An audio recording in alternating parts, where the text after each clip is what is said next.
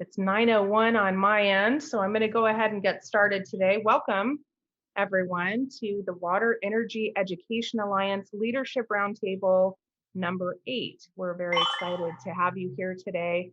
If you haven't already, please introduce yourself in the chat. You include your name, where you work, and what you do there, so that we can get a good understanding of who we have on the call today. I want to start, as I usually do, by welcoming and thanking our 2020-2021 fiscal year WEEA sponsors. That's going to be really tough for me as we enter the 2020s. Metropolitan Water District of Southern California, Los Angeles Department of Water and Power, Molten Miguel Water District, Water Replenishment District of Southern California, California Environmental Education Foundation, Western Municipal Water District, Big Picture Learning, and California Community Colleges. Thank you so much for your support this past year, and we hope we can count on you in this new fiscal year.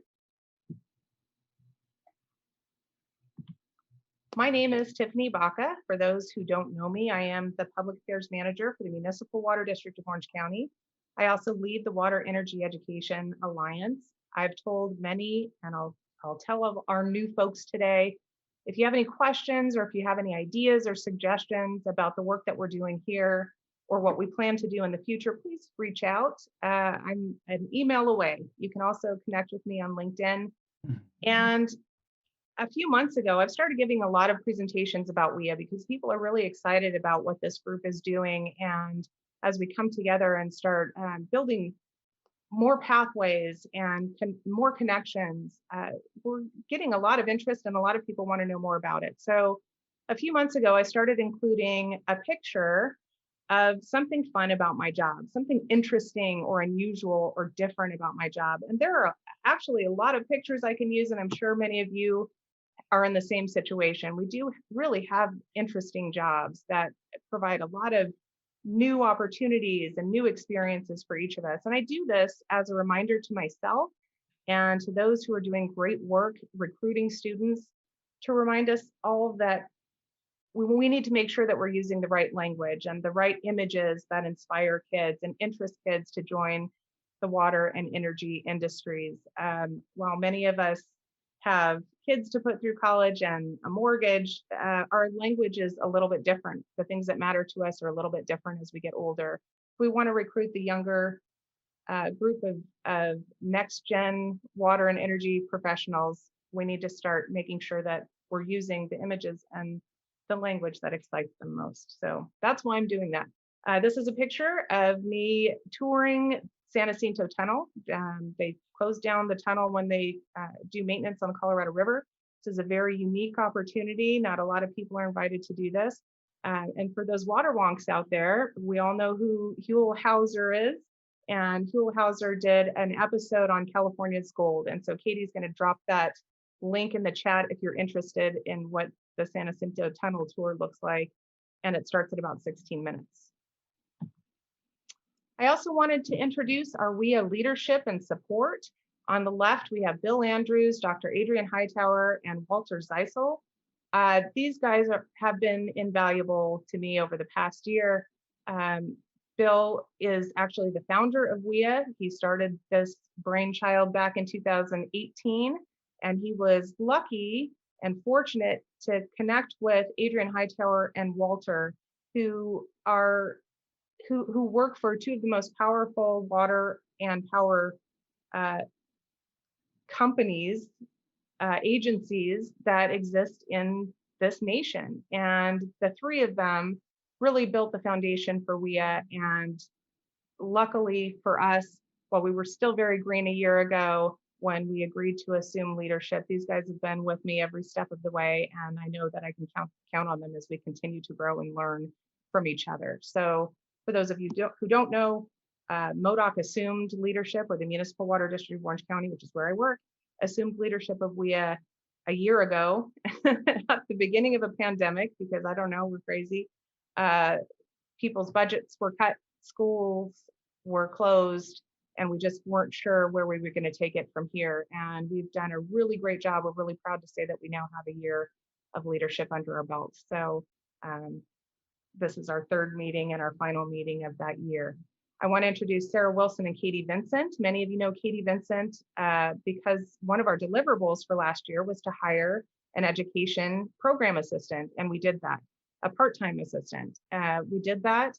Katie's been a great help to me this year.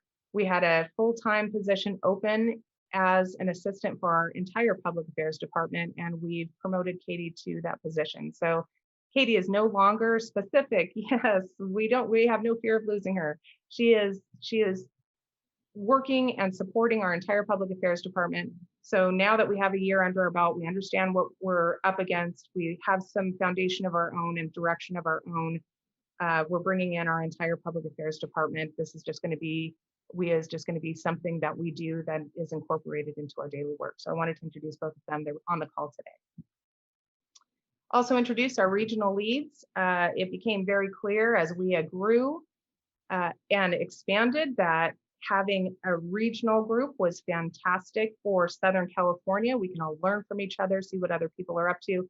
But each of you had very specific needs and you were at different stages in your career pathway development. And so I reached out to these wonderful people and asked, since this is work that they had already been doing in their day jobs, if they would consider leading the conversations for each of these regions, Los Angeles, Orange County, Inland Empire, and San Diego. And you'll be able to talk with them a little bit more when we do our breakout rooms. But I'm so grateful that they've agreed to do this because I think this has bumped us up another level. Now we're getting really specific about what we can do to support you. Some guidelines for Zoom today. Let me move this out of the way. We've all been doing Zoom now for a year and a half, or some form of virtual environment. So these aren't going to be too difficult for you. In the Zoom application, please make sure your screen name is correct and include your organization.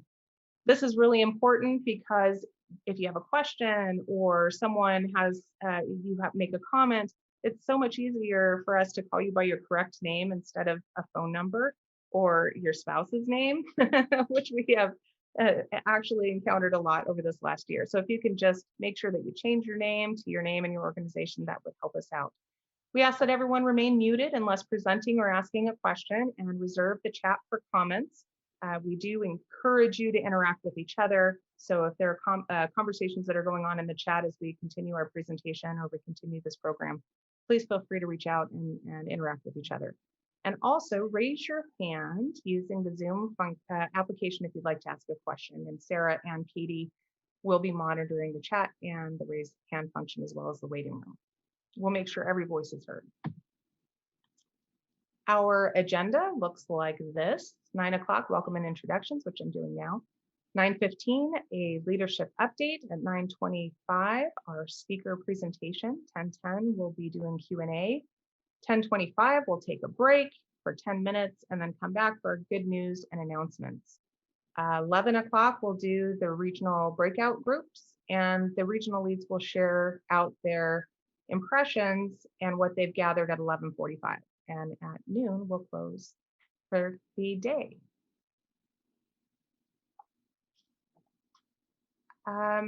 This is our icebreaker today. And I've used it before. I used it about a year ago, but we were in a very different place a year ago. So if you can put in the chat that choosing the image that best represents how you're feeling today, A, B, C, or D, and these images could mean something different to everybody. For example, A may mean to you that you're feeling a great momentum and a push forward, or it could mean I'm drowning and I feel waves crashing on top of me. It could mean anything to you. So in the chat, choose the image that best represents how you're feeling today. A year ago, we were very uncertain. Things were closing down. We didn't know what our next direction was going to be. Today, the world is opening up. We have vaccines. Kids are going back to school. How are you feeling today? I'll give you a few minutes. Katie, do you want to tell us what's going on in the chat? Yeah, it looks like we're kind of all over the place. Everyone's feeling really different today. I'm seeing lots of B's and C's, quite a few A's as well. John said, along the winding river of pathway development. That's where we are. That's Perfect. wonderful representation. Great. Well, continue to consider how you're feeling and how you feel as we continue to work our way through this. This is an exciting time. It's also challenging, and there's still those unknowns, but I personally feel very hopeful, and I'm excited about what comes next, because I feel like as long as we have the opportunity in front of us, we can address it, and we can start tackling it and start chipping away at the work we're trying to do here today. Next up, we'll do a leadership update. I'll give a recap of the last year and let you know what we plan for the year ahead. And Katie has been working on something the last couple months that we think that you'll be excited about. It's an analysis of Southern California jobs, and she'll be talking about that in just a sec.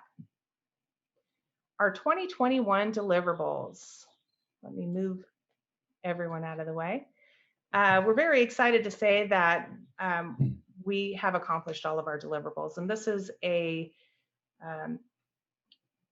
this is a shortened version of what our deliverables are. So there is a link, and Katie's going to put that in the chat so you can see the deliverables and all their magnificence. But we have condensed it a little bit for this meeting today.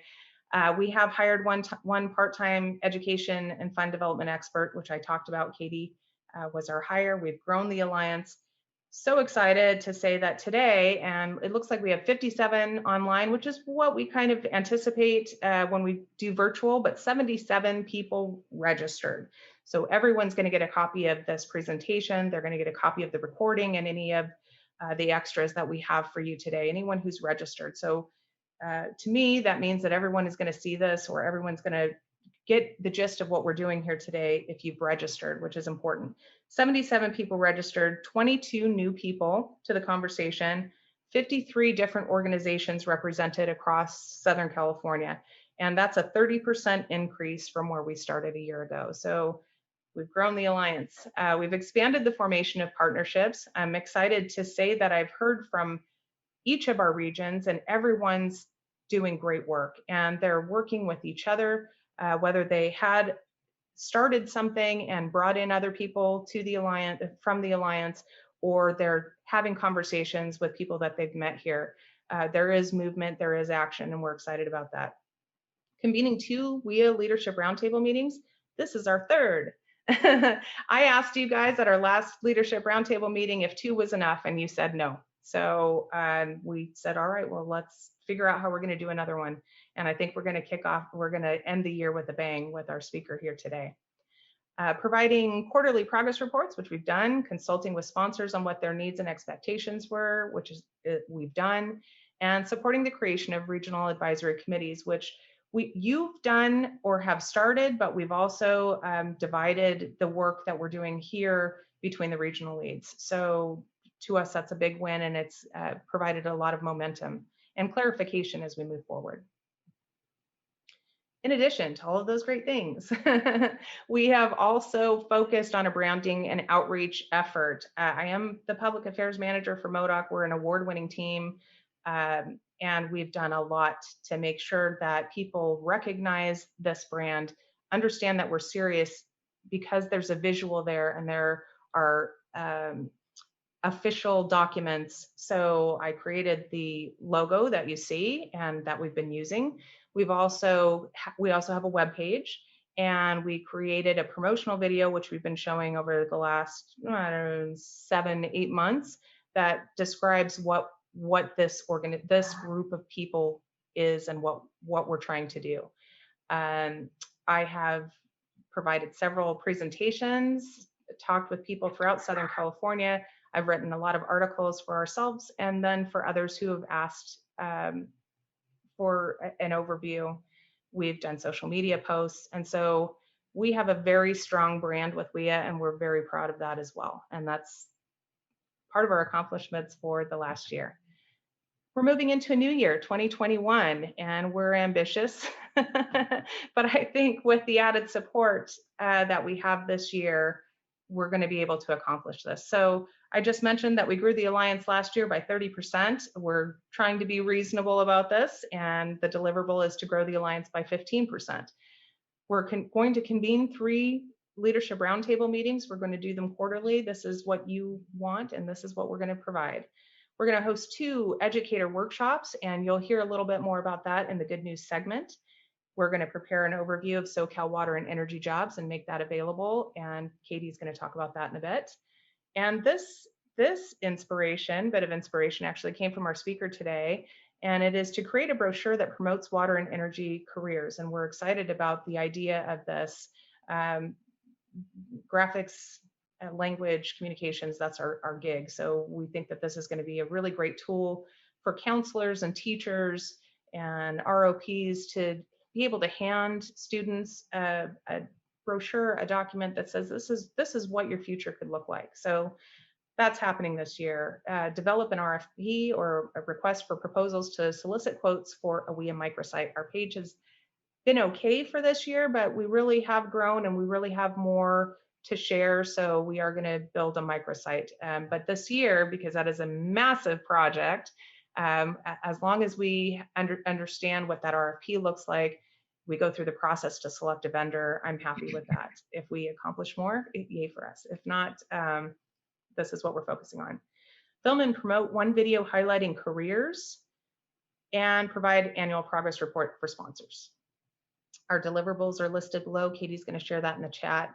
And then I also just wanted to say that this is a new fiscal year.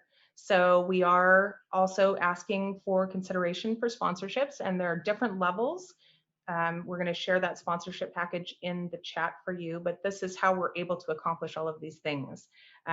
As MODOC or as any one of your agencies, to create some of these resources, we couldn't do it under our budget, but we can do it under sponsorship, and we can do it with your support. So please consider being a sponsor. Take a look at that sponsorship brochure. I'm here to answer any questions that you might have. Obviously, reach out. If you need something special for your board, a letter or something like that, then just let me know. That's what we're here for. Next up, we'll give an overview on the project that Katie has been working on for the past several months, SoCal water and wastewater jobs. Katie, take it away. Yeah, so I've been working on this project for a while. It's a big project, but it's really exciting. So we are looking at every single water and wastewater and some energy jobs as well. As we know, they all kind of connect. So we are looking at the range of income from bottom to top and then giving an average, as well as what education is needed for each job. And as you can see here, this is just a sample of some of the jobs from Orange County. As you can see, lots of them just need a high school diploma or a GED. And I think that's so important for students to understand that you don't have to have a ton of college, a ton of career training. You can go pretty much from high school into the workforce. And then lots of these jobs also just require some college. And so that means maybe a certification, 2 years, some of them are even less. But you can see on the right side, all of those jobs have high school diploma plus some college, which is usually results in a state certification. And then of course there are other jobs that need a full college degree, associate's degree, bachelor's or master's. So I have finished the Orange County jobs, and the LA jobs are almost finished. We should be able to share that list with you this week. And then we are also doing all the other regions. So San Diego is coming up, Inland Empire, and then Central California as well, because I know we have some people from there today. So we really want this to be all inclusive and to just provide you with this information. Lots of people have asked, and we've shared this with a few people already, and they're really excited about it. So we're excited to share this information with you. And we have also included how many jobs are currently available. And of course, that's always changing, and we will be able to update that fairly frequently. But just FYI, in OC right now there are 50 current job openings, and I would say at least half of those only require a high school diploma. And then in LA there are currently 30 job openings. So there are quite a few jobs that are available right now. John, I see that your hand is raised. Do you have a question? Yeah, thank you, Katie. Sure. I want to point out that it's probably very important, especially when we're talking to high school students, that we don't get them to focus simply on a salary and a high school diploma, because that salary is really not going to be their entry level wage, and we really need to show them what entry level is, but that there's benefits to going and getting extra training at college, technical training that support those certifications that they need in order to make those higher salaries. So I think we should probably work on that a little bit, because we don't want to mislead the students that they're going to get a high school diploma and make $113,000. Right. And John, I think a lot of this is for us. So this isn't something that we would be promoting. And I think you were at the Orange County Community Foundation presentation that I gave, when there was a question about, well, how do we get industry to change their minimum requirements? We want them to go to college. And my answer was, we aren't going to change the minimum requirements. However, if a student hopes to advance in their career, they're going to need additional training. And that is something that we want to make sure that we promote, but we also don't want to set the bar so high and unrealistic that these kids don't understand that they can get a job. It's one of the things that's missing here also, and I wanted to be very clear about that, is the experience that you need. And that's where industry comes in. That's where internships come in, and job shadowing. We do need to provide opportunities. This is just a baseline so that industry can understand what we're looking at as a whole, and we can get very clear about what the opportunities are out there and how we can best promote and recruit. Yeah, thank you. And I would like to see the rest of the list as well, because Yes. one of the things we're focusing on with Saddleback and with Santiago Canyon College is a look into other career pathways that lead into water, like accounting, and you've heard me say it many times, but just Yes. other areas, economics, sustainability, natural resource education, that type of thing, that would help environmental resources, those areas that are outside of CTE, but still viable pathways into the water industry. And we want to look at those to kind of build enrollments into those programs from high school, if they're not the technical type, right? Yes. Yeah, and absolutely, lots of those jobs are included on the list as well. Yeah, and we've talked, when I do presentations, I do talk about jobs of today, what those might look like, and then jobs of tomorrow, which might look completely different. While we still need the jobs of today into tomorrow, we're also looking at more cyber tech, and we're looking at vertical farming, which I didn't even know was a thing. So there's a lot of jobs out there too for the future that we're still really unclear about what those might look like. And we do plan on enhancing the work that she's doing here. We just need a baseline, and we've been asking for a baseline, and finally we said, you know what, we're going to do it. So we started the work internally. Thank you, John. Welcome. Do we have any other questions about any of the things that you've heard so far? So Tiffany, this is Bill. Just Bill? a quick question. I think Katie's going to continue doing this sort of research for the other 3 regions, and I think that's really going to be a huge help for each one of those regions to see what she comes up with, because it'll act as a sort of a springboard for more information and more development. Yes, agreed. Thank you. Actually, to me, this is like a domino at the beginning of a series. So if we have this information, we can grow it from there. We've been talking to some other folks about geospatial mapping and some other exciting projects, but we need some basic information before we get started. And I think it's a massive amount of work, even to just get our foundation and grow from there. We think it's important. Hi, Tiffany. Can you hear me? Yes, who's Uh, this? this is Nicholas Dibbs. Quick point. Yes. The Ken Carey course through Cal State University, Sacramento, the dual enrollment where the high school kids could theoretically earn 3 college units by taking the Ken Carey course. That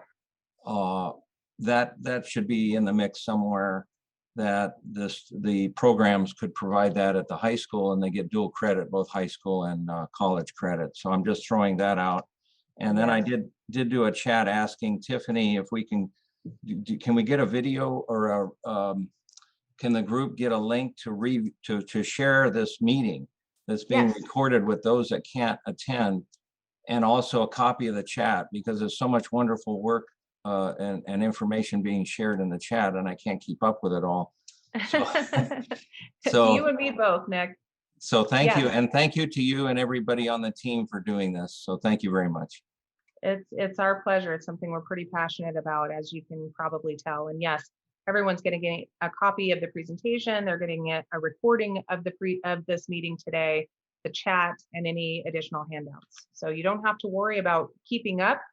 Just stay focused and follow along with us, and you can delve deeper into anything that you may miss after the program. Okay, thank you very much. Of course. And Tiffany, we have a hand raised. Is it Nirmala?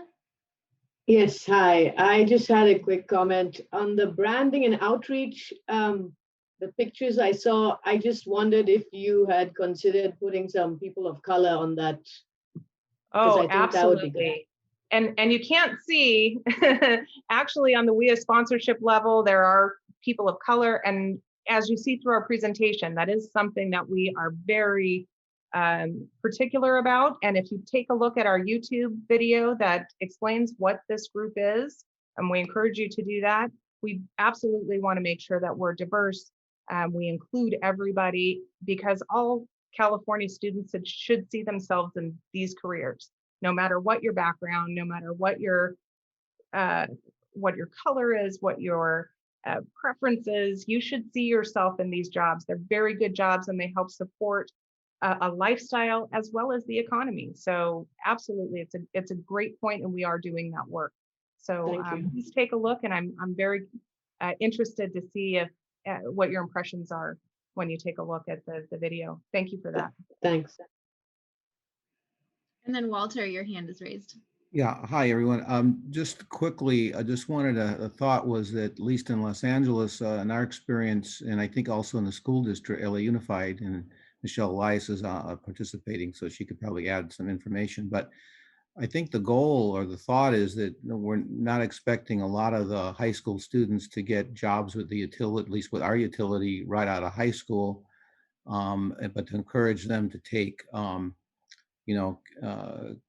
into community college, or also sometimes they can take community college courses. And we just completed a partnership with LA Trade Tech. There's a course called Introduction to Electricity, which helps people qualify to take 6 entry-level electric positions with the LADWP, which is kind of a major breakthrough for us, because we had this for many years and then we just redid it. So it's online actually.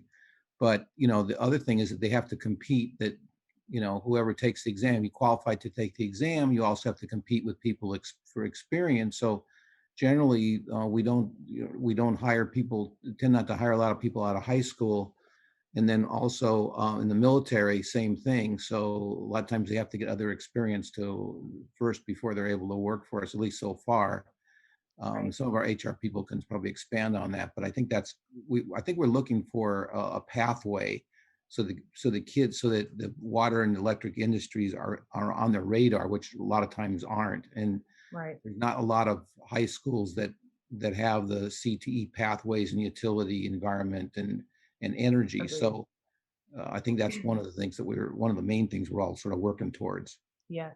And I think, it's important, again, back to the next level, right? So while these say this is the bare minimum requirements, obviously it's going to depend on the employer, because every employer also has their own requirements. This is average, this is median, But it's important to say that the work that we do with CTEs, and I hope I don't botch these numbers, but I'm going to be very close. For those students who participate in career technical education programs, 70% of them continue their education. Typically at a community college, it could be advancing through additional trade school work. After, and I think it's after 2 years, is that right, Katie? After 2 years of employment, that number goes up to 85%, which is phenomenal. It's 85 or 90. So while we're saying that the high school diploma is the bare minimum, we have found through studies and research that this isn't typically where students stop. We can probably expect more. And then, as I mentioned earlier, for those who get their foot in the door, however it is that they ended up getting their foot in the door, if they want any advancement, any career advancement, any growth in that opportunity, which seems to be something that we all tend to think is important as we go through life, you are going to need additional education or certifications in some instances to advance. Thought I saw another hand. Did we have another hand? Hector. We do have Hector, yes. Yes, good morning, everyone. Pleasure to be with you all on behalf of the Los Angeles Unified School District. I really welcome any and all information. So far, great presentation. Walter, we've had the pleasure of working with you in a couple of our schools in recent months. You established a couple of work-based learning experiences for our students over at Sotomayor High School. So we appreciate you for that a lot. We do have 3 energy, utility, and environmental pathways in our district, and we have a number of natural resource pathways, CT pathways, that deal with water, water conservation, and other issues, regarding the environment. So definitely, we would like to work very closely with you. Janelle, thank you so much for your email. I will definitely get in contact with you over at West Basin. But we do have big plans about, anything relating to energy efficiency, water conservation, environmental concerns, because we in the district believe that this is a big deal and things are going to get worse before they get better. So intervention strategies are important now. And what better ways than to provide the certifications and the job opportunities for students at the earliest possible levels. Just today I got a flyer from ACE in partnership with Harbor Freight, and they're going to have internships on solar, on installation of solar equipment for children between the ages of 14 to, I believe, 23 out in Canoga Park. So these are the opportunities we're looking for to kind of expose students to the industry. And, so we do believe that there is a part, or there is a role, a huge role for high school students to kind of take the first steps in becoming leaders in the industry. So again, we just want to reiterate and echo just the appreciation for being invited to this event. And I think our students and teachers can have a big role in anything we can do. Please feel free to call upon us. Hector, thank you for that. You're the guy that we need for this alliance. You're the type of guy. So welcome. You have a lot of like-minded people here in the room that are anxious and excited and driven to make this happen. And that's why we're here today. So thank you for joining us, and thank you for your comments. Okay, we're just a tiny smidge behind schedule. We want to make sure that we give our speaker enough time. And boy, you guys are really in for a treat. We had an opportunity to sit kind of one-on-one with Don and talk about the work that he's doing. And I have notes because he is such a great guy with so much experience. He started his career in 1965. So he has decades of experience in field operations, staff supervision, safety training, and risk management. After retirement, and I'm going to put it in quotes because Don put it in air quotes. Don oversaw the expansion and transition of Cuyamaca College's tech program to the Center of Water Studies, which is generally considered the flagship of the 24 California community colleges that offer water and wastewater programs. We'll share links with you to these programs. Absolutely wonderful. And the work that Don and his crew have done is inspiring. You're going to find some inspiration here. In addition, Don is also the chief architect of the Warrior to Waterworks campaign. And he's going to talk a little bit about that in his presentation. In 2015, he received the American Waterworks Section Chairperson Award, and in 2019, the National AWWA Diversity and Inclusion Award, which is an enormous honor. And we are so grateful to have you here today, Don. I'm going to stop sharing my screen, and please take it away. Okay, thank you very much, Tiffany. It's great to be a part of this group and a part of this meeting this morning. It's so exciting to be in a room with people who are like-minded, and I think that's we've come a huge distance just in the last decade with Bayworks, and I'm kind of calling you guys Bayworks South when I'm promoting what you guys are doing, because it's all about collaboration. And so hopefully I can share some ideas with you of things that we've done, some lessons learned, some scars that we've incurred. So hopefully it may resonate with some of you. Kind of a discussion for today, going to talk about what's going on in workforce development and both in the community and within the industry, and then talk just a little bit about what we're doing in our region. You've already seen this, so I'll go on. We've all been hearing about the silver tsunami for what, 20 years now? But I think it's a reminder that we really need to do it, because the silver tsunami that we kept thinking was in the future. I got news for you, it's here now. So we're experiencing this. And right now we're seeing so much in the way of new technology and equipment. When I started in this industry in 1965, a strong back and a not so strong mind was kind of the common denominator for entry level. So as the industry has become more technological, we're getting more mid skills into it.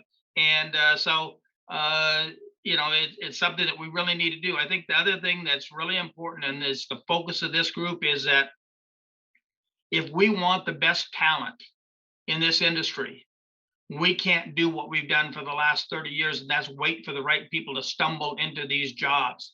We have to compete. We are competing with healthcare. We are competing with a lot of other industries for talent. And the way you compete is you go out and you recruit, you market, you sell.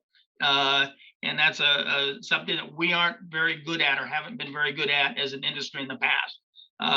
The example I like to talk about is if you ask local government people what local government, the most important service they provide, I will guarantee you that they will say police and fire.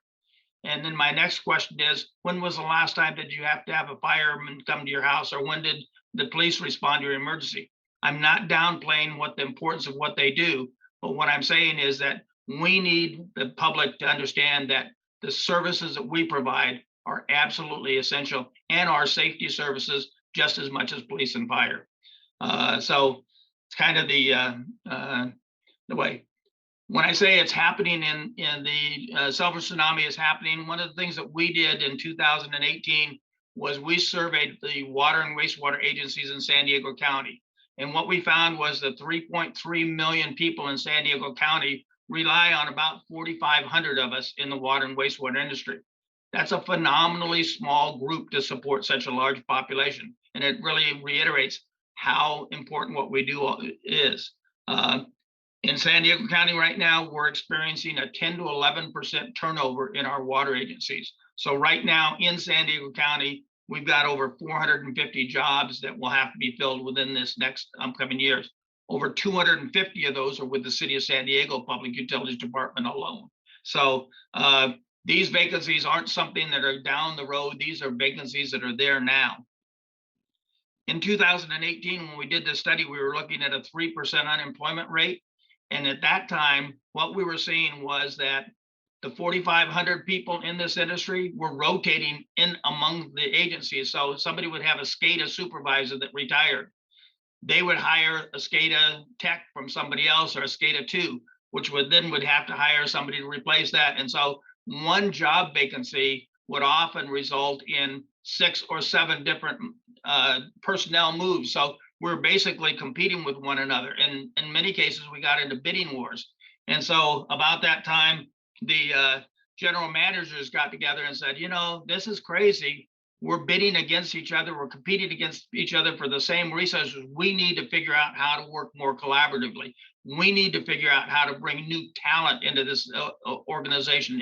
And we need to not compete with one another. We need to compete with outside industry, not with each other. And so they created the general managers created a work group, and their goals were to support everything and do everything on a regional concept rather than on an agency concept, to try and increase the pool, to reach out to transitioning military and veterans, and actually to create some internships and cooperative work experience for them. And last but certainly not least is to reach out and build alliances with the schools, which really should resonate with this group.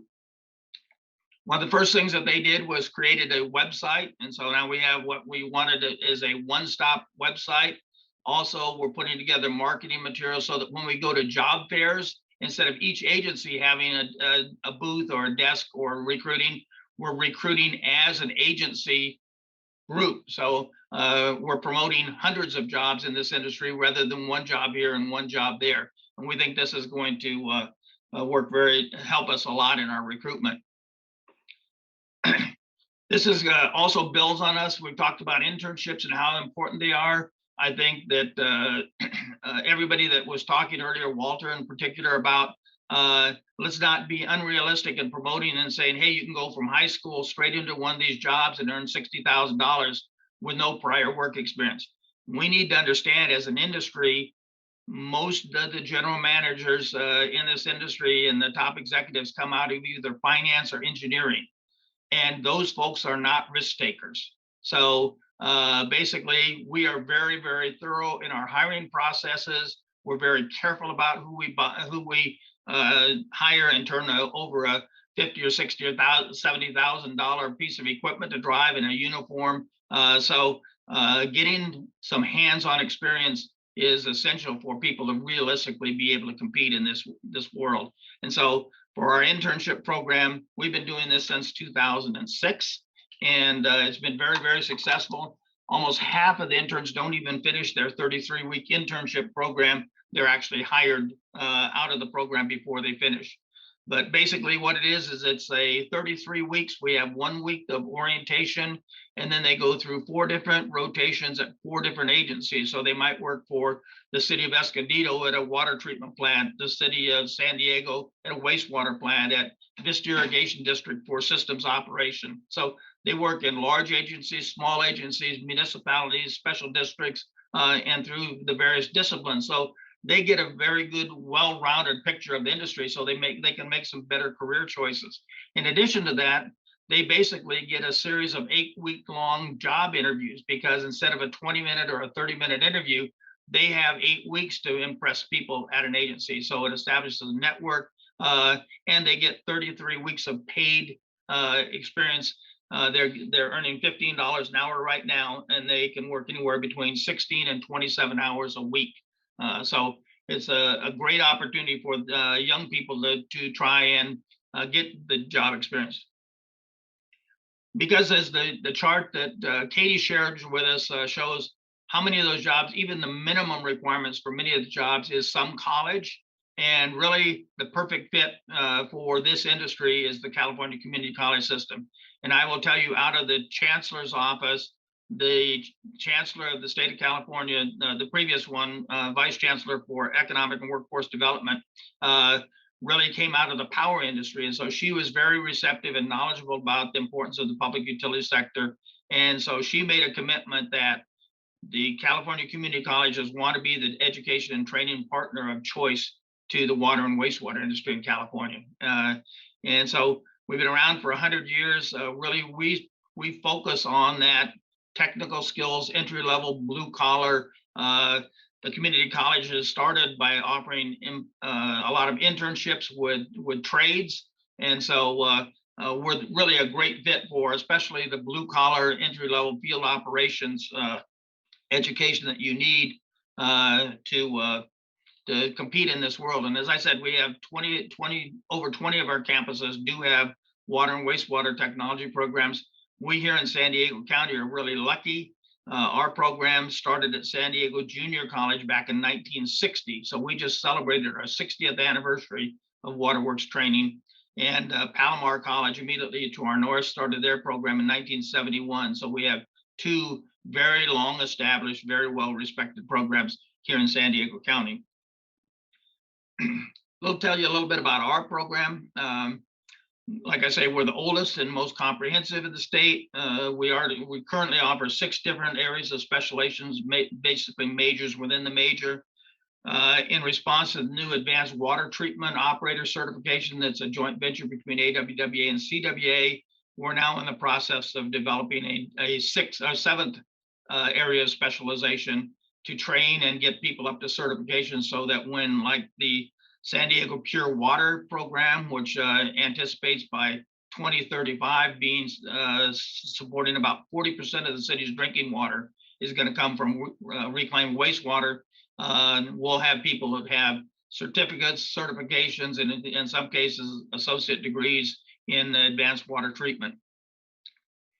We're one of the few programs in the state of California that does have a full-time faculty member, plus we augment that with additional adjunct faculty. And we are really excited right now. We're actually being authorized to hire a 2nd full-time faculty member for our program. The program, we run our classes 2 nights a week for 8 weeks. So we're offering a lot of classes in any given year. And I think probably the real hallmark of what we do, though, is that we have real strong collaboration with industry. We have an industry advisory board, have had for many, many years. And so we're asking them, what do you need in the way of water works training? And what are the skills that your entry-level employees need now? And what are those skills going to look like 10 years out, so that we can build the programs, so that we can have people in the pipeline already trained and certified when these vacancies apply. One thing that came up earlier was that a lot of these jobs require a bachelor's degree. And for the people who came into this industry very early on and didn't have to have anything other than the high school diploma, they get to where they're 12 or 15 years into their career, and all of a sudden their next job requires a bachelor's degree. So rather than going back and starting over, we built a bachelor's degree in public administration with an emphasis on waterworks management that captures the skills that they already have and the courses that they've already had here, and provides them with the bachelor's degree skills that they need in order to compete for the next level jobs. A few years ago, we received a National Science Foundation grant, and that was really an outgrowth of, in 2014, we did a skills panel. We met with industry, educators, and workforce development, so our local WIB, and said, okay, what skills are needed now? What are going to be needed in the next 10 years? Who's doing it? Where's it coming from? And basically out of that, we wrote a National Science Foundation grant application to try and build our program, to transform our program from the water and wastewater technology program into what we now call the Center for Water Studies. And by the way, the 2 things that we got really strong messages from industry were, it's great that your students have classes and courses and working knowledge, but what they really need is to have skills. And so our focus in creating the Center for Water Studies has been on skill building. Another one that's very interesting and you might think about, and that is that industry said that soft skills were really lacking amongst a lot of the people they come into. We're so, concentrating on the technical skills and the experience, but soft skills. Young people entering the workforce these days, they think having a conversation with somebody is texting back and forth. And so when we work in teams now, having those interpersonal skills and being able to work as part of a team is critical. So anytime you're thinking about skill building, think about the soft skills as well as the technical skills. We've done a great thing here at the college as far as our administration. they've invested over $3 million in the last 4 years in our campus. So we had a building that was being underutilized, was supposed to be demoed as part of our master plan, and we convinced them to remodel that and repurpose that. And so now we have our own building here on campus. So we're kind of semi-autonomous on campus, so we control our own destiny. We've got a working lab, shops, cutaways, all of the information. The most exciting thing I think we built an above ground water distribution system that's fully operational. So we have about 6,000 gallons in this system.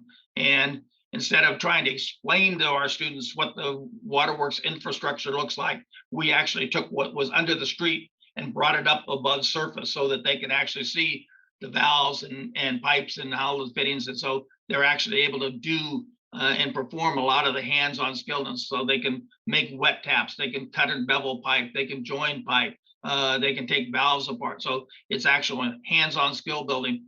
And it's been very successful because we had over $150,000 worth of tools and fittings and equipment that was donated by industry manufacturers.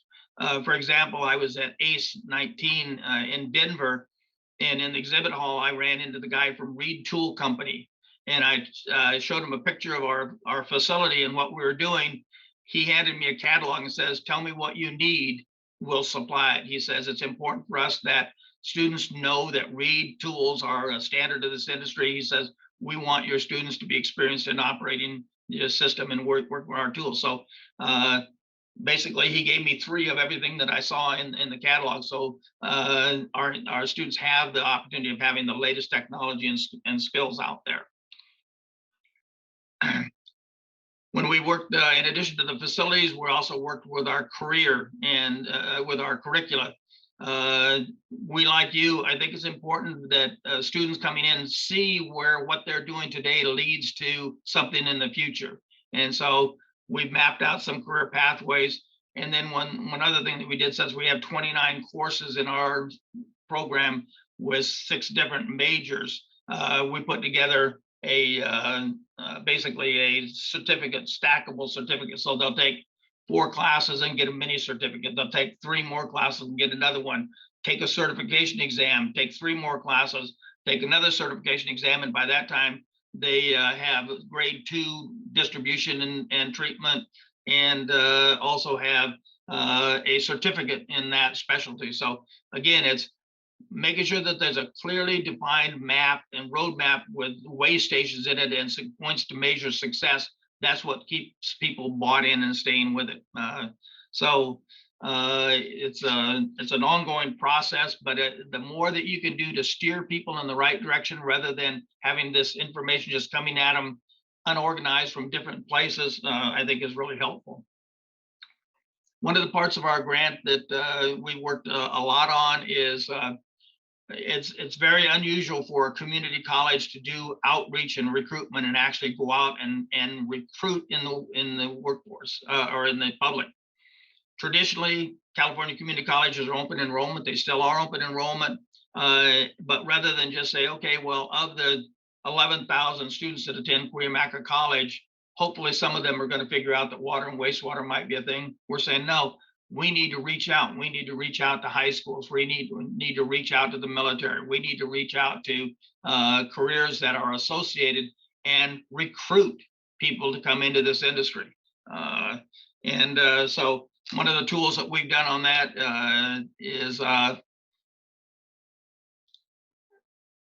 we've actually created a number of recruitment videos focusing on the military, focusing on women, focusing on veterans. I'll share a little bit of one of those with you.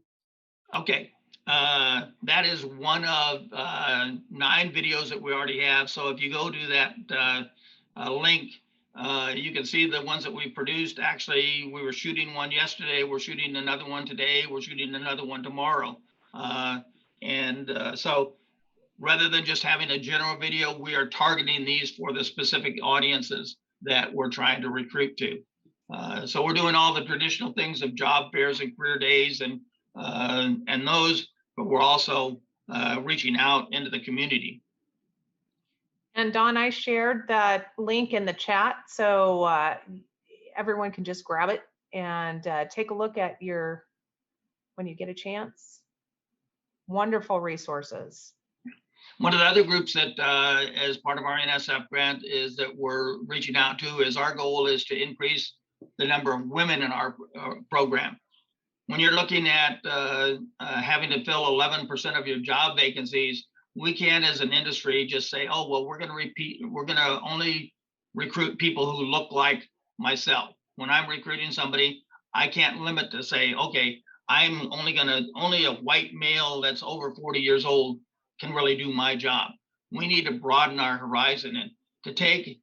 I've always said that, if somebody is a hiring manager and they come into it with the preconceived notion that this job is a job only for men, you've automatically eliminated over 50% of the people that could very well do as good or better a job than the people that you've thought of. And so I don't think that's a luxury that we in this industry can ever go back to.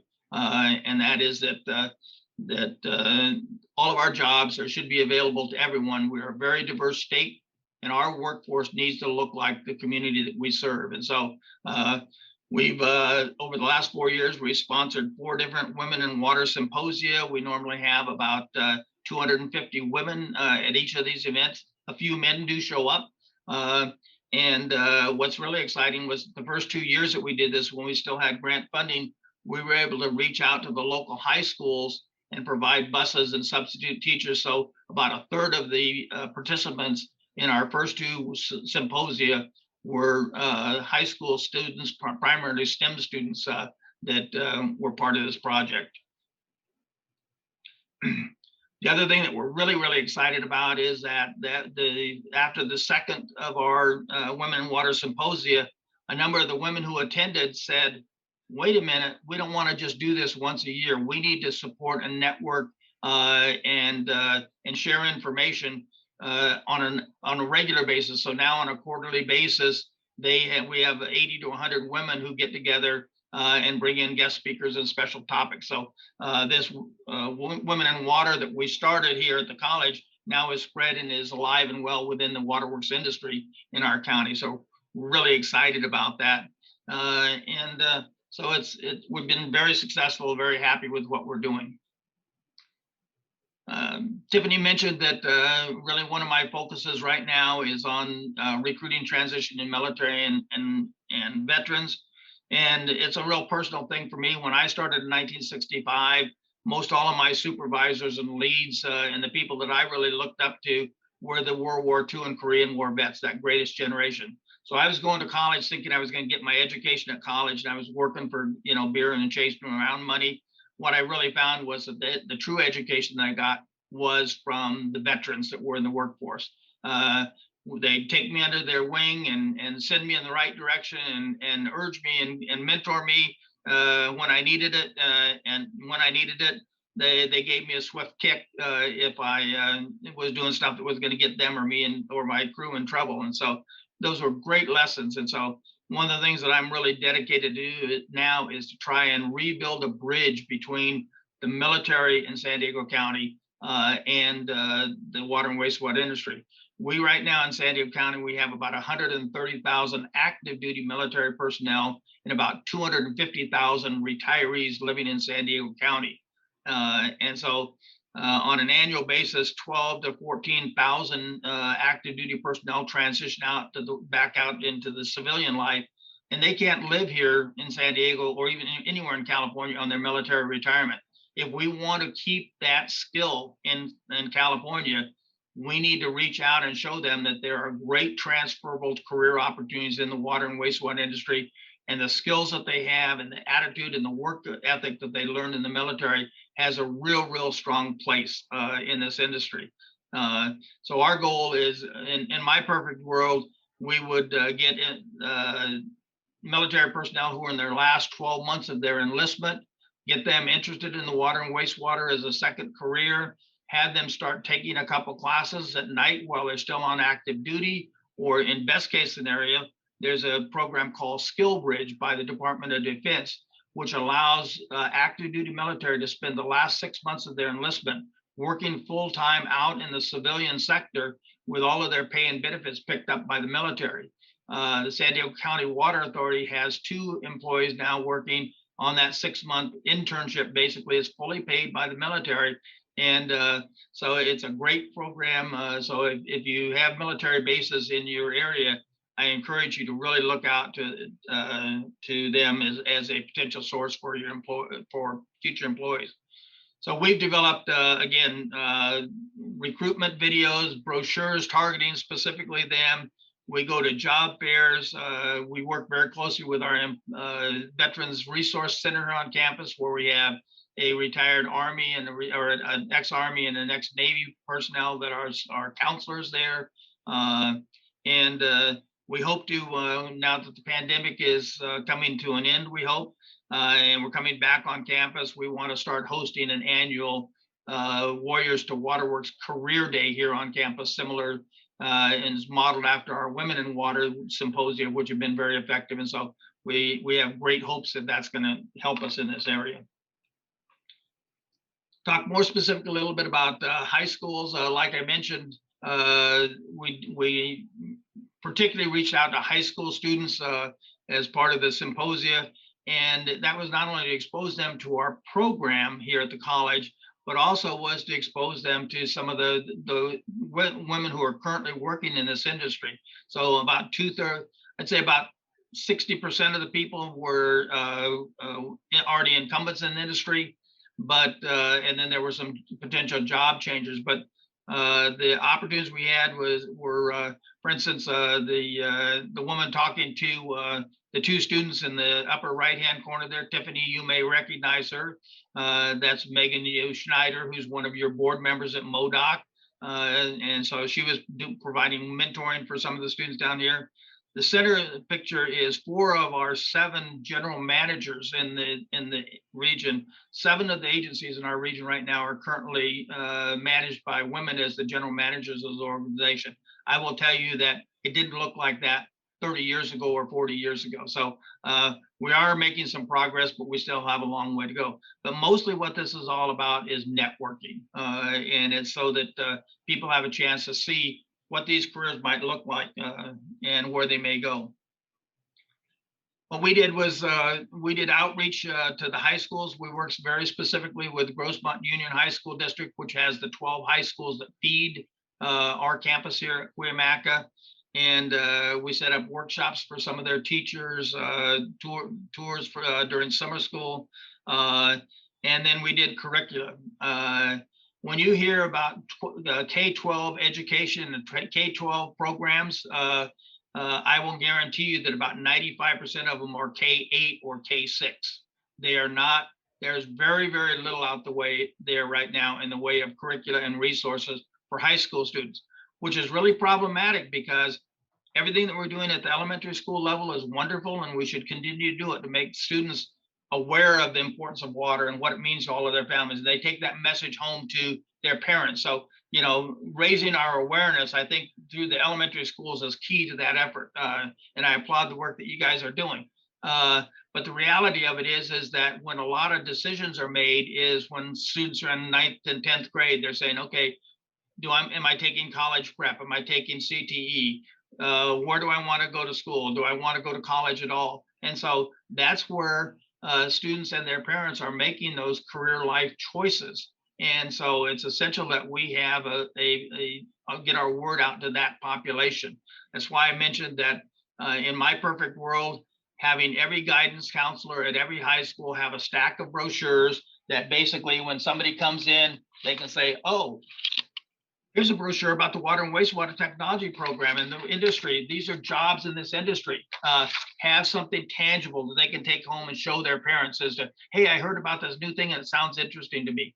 We need to get that information out, and high school counselors are a critical piece to this. The curriculum that we had written, we worked basically with primary science teachers at the high schools. And so we have one module that is on the chemical properties, the environmental properties, and another one on the physical properties. And then we have another 1 week long module that covers career pathways. I don't know, Tiffany, can you click on your link there, maybe, and bring up the curricula? So did you click? up where it says partners. Yep. Okay, and you just scroll down. Okay, so each bottle is 4 weeks long. I'm getting echo and feedback here, so I won't say too much. But if you scroll down a little bit further, so you see there are four different modules. So if you highlight each one of those, it'll tell you a little bit more about what's in each one of those. Go up to the intro one, click on it. So basically, here is the curriculum. Anybody wants to use it. This is already approved by the California Education Code. It meets the new 5 new generation requirements. It's all experiential learning. So the students are actually water and those kinds of things. So there's a different module for chemistry, a module for physical science, physics, and then also for the earth sciences. Okay, so that, like I say, that curricula is available for anybody to use, and we're really excited about the possibility that we may see high schools using that as we move forward. We would be very interested if somebody does write a grant, because doing this is expensive to hire the faculty. But just this one primarily focused on CTE students, but on STEM students, but we can just as easily do the same thing with CTE instruction. So just a teaser as to what could happen. So I'm going to share. So now that's kind of a summary of what we're doing at the college, or some of the major things that we're doing at the college. I'd like to share with you some of the other things that are going on in San Diego County. The San Diego County Water Authority is our regional transporter and wholesaler to the 24 member agencies. And so they've been involved in an educational program for many, many years. In fact, for many years pre 9/11, they had a program that went out to all 4th grade students where there was a 1-week-long unit on water, and it almost always included a tour to the local water treatment plant of the agency that served that particular school.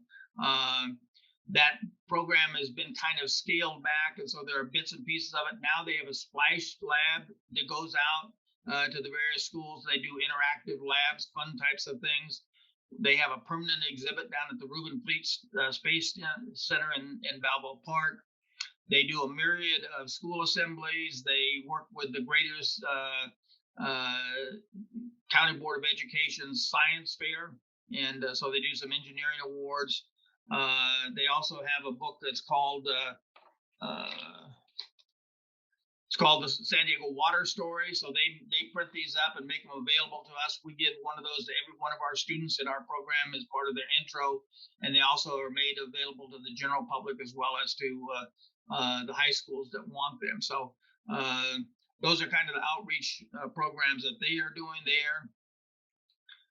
Some of the other things that are going on in San Diego County, one that I really want to share with you that's really, really exciting is in South Bay and in the National City Chula Vista area, we have a joint venture between the between the Otay Water District, Sweetwater Authority, who are the 2 agencies that supply water in those areas, and the Chula Vista Elementary School, which is one of the largest elementary school districts in California, has over 30,000 students in that district. And what they've done is the 2 boards of those agencies really demonstrated their commitment, and they actually built a classroom at the brackish water desal plant that Sweetwater Authority operates down there. It's a reverse osmosis plant that produces about 10 million gallons of drinking water from the underground aquifer. And so they built a classroom there. They bring about 4,500 students a year through that program. They have 8 different learning modules, and it's really exciting. And what's even more exciting is that it's part of it's a whole series of stations. So in addition to the hydro station, they have an energy station, which is done in conjunction with San Diego Gas and Electric. They have a health station, which is done in conjunction with the community hospital down there. And then they have an innovation center that talks about information technology and those kind of things. So they're very, very proactive, and we're looking forward to doing more with them. So they actually want to work with us on a program for junior high school so that we get them interested at the elementary school level. If we continue it on to the junior high level when they're going 90 zillion miles away in different directions, and then transition on into the high school program, and then on into the community college and into the industry. So it's a really exciting collaborative network that we're working on, and we think it has great potential for us. Other schools that we're looking at are Helix Water District is the closest district to the college. They were still doing 5th grade tours to the treatment plant during the pandemic. They went live or a virtual program. They have a 1-hour tour of the treatment plant. But it's interesting because they have a live narrator and then somebody in a chat room doing Q&A. So it's not just show the video and walk away from it. So they still are doing teacher involvement and staff involvement in this program. And they're doing about 2,500 students a year on that program. And you can actually see this if you go to their Dropbox. They also do water conservation education through what we call Miss Smarty plants. Here at the college, we have the Water Conservation Garden, which is one of the 100 most visited gardens in the world. And we've been teaching water conservation techniques here for about 20 years on kids. It's not part of the college, but is located on the campus of the college. So we work very closely with them. One of the most intriguing ones that they've just come up with due to the pandemic was they now have a 3rd grade program where they provide boxes of dirt and rocks and blocks and a whole bunch of stuff. And the 3rd graders are challenged to actually build dams. And so they do a whole series of things about why dams are important and how they provide water storage and those kinds of things. The last thing I would like to share with you is their treatment plant is unbelievably tour friendly. What I mean by that is that they have a live action animated cartoon kind of thing where they have a little person that goes through, and so they do a little lecture in the assembly hall and with a big screen and everything else, and then they go in the lab, and the lab clicks on, and that little person shows up and tells you what goes on in the lab, and then you go out into the operations area. And so this little Jiminy Cricket person rides around on your shoulder and tells the school kids what to do. They when they were building their ozone disinfectant area, they have a viewing room where you see the ozone generators in the background. There's a glass wall in between the viewing room and the ozonation room, and the floor in that is carpeted with indoor-outdoor carpeting all across the floors and up the walls, so the kids can sit Indian style and watch this and see the story and everything else. In their underground drain area below the filters, on the overhead pipes, they have rope lights going down that show the direction of flow of the water. At the end of the process, they have a place in the wall where they open up these doors, and you can actually see the treated water cascading and going on its way out to the system. So, and by the way, when you're out walking around out in the basins and settling areas, they have the wireless mic connects to speakers on the various light poles around. So as you wander around, instead of the tour guide having to carry a speaker or not be heard, basically the PA system carries the narration of the speaker's voice all through the plant. Amazing. So, I mean, it gives you just an idea of how committed an agency they are, and they really feel that educating our young people is critical to their mission there at the district. So kind of wrapping up, I'm so excited about what you guys are doing. For years and years and years, this industry has operated in silos. AWWA never spoke to CWEA. Neither one of them talked to APWA. Everybody had their own conferences, their own events, their own recruitments. Nobody did anything in collaboration. I think the most exciting thing that I'm seeing with Bay work up in the Bay Area, with you guys up in your region, with what we're doing down here, is we're finally getting smart and doing things collaboratively. And so I think that's with resources the way they are these days, and with transparency the way it is these days, we need to be smart and leverage the resources that we have. And so I encourage those of you who are in water agencies, if you have a piece of equipment that you're going to salvage out, instead of sending it to the junk pile and getting $3 a pound for scrap metal, find out, hey, is there a community college or high school in your area that would like to see what a pump and generator looks like, or what a large valve looks like? You can make these things be industrial art on campuses of schools to just increase the awareness that people have of what's going on. And so opening up your facilities to tours is important, making sure that you are partnering with the schools in your areas, and especially the community colleges, because our whole purpose is, in fact, to provide the pool of candidates that this industry needs moving forward. And so we are here to work for you. One last little plug. How many of your agencies, I can't see you, but I'm guessing that 100% of the water agencies and energy agencies that are on board in this conference call today all have a capital improvement program. Everybody has a capital improvement as part of their system. And you're probably investing 7 to 10% of your annual budget in CIP. How many of your agencies have a PIP, a personnel improvement program?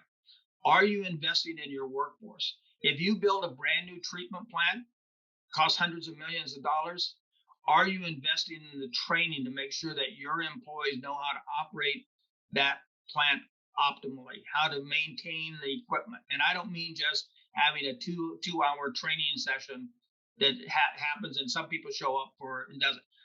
We need to invest in our workforce development. When I was with the city of San Diego, I was very fortunate. I got a commitment from management that 3% of all employee hours were available to me for training and employee development. Okay, 3%. So I said, hey, if you're doing 10% on CIP, invest in our workforce. Give me the employee time. And so basically, doesn't sound like much. That's 80 hours a year. So that was dedicated for employee training and development activities. You need to do that. And we need to really explain to our management that it's not an expense. Training and employee development is not an expense. It's an investment. Questions? Don, can you do me a favor and go back to that last slide?